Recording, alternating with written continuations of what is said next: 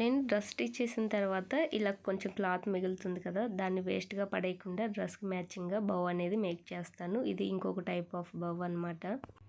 ఈ cloth width 15 inches, height ఇంకా 7 inches ఇలా 2 పీసెస్ని కట్ చేసుకోవాలి. ఇలా కట్ చేసుకున్న తర్వాత ఫస్ట్ ఒక క్లాత్ని ఇలా ఫోల్డ్ చేసుకొని స్టిచ్ అనేది వేసుకోవాలి. తర్వాత ఇంకొక క్లాత్ని ఇలా ఫోల్డ్ చేసుకొని కొంచెం క్రాస్గా కట్ చేసుకొని ఆ తర్వాత ఈ విధంగా స్టిచ్ అనేది వేసుకొని కొంచెం గ్యాప్ అనేది ఉంచుకోవాలి. ఇలా ఉంచుకుంటే మనకి ఈ క్లాత్ని అనేది టర్న్ చేసుకోవడానికి వీలుగా ఉంటుంది.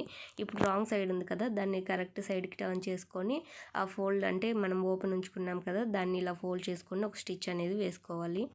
ఇప్పుడు ముందుగా స్టిచ్ చేసిన దాన్ని కూడా ఇలా కరెక్ట్ సైడ్కి టర్న్ చేసుకొని బౌ షేప్ అనేది ఈ విధంగా వచ్చేలాగా స్టిచ్ అనేది వేసుకొని, అలాగే ముందు రెడీ చేసుకున్న ఇంకో క్లాత్ ఉంది కదా, దాన్ని ఈ విధంగా పెట్టేసుకొని స్టిచ్ చేసుకుంటే మనకి బౌ రెడీ అవుతుంది. ఫుల్ వీడియో మన యూట్యూబ్ ఛానల్లో ఉంది, ఇంట్రెస్ట్ ఉంటే చూడండి.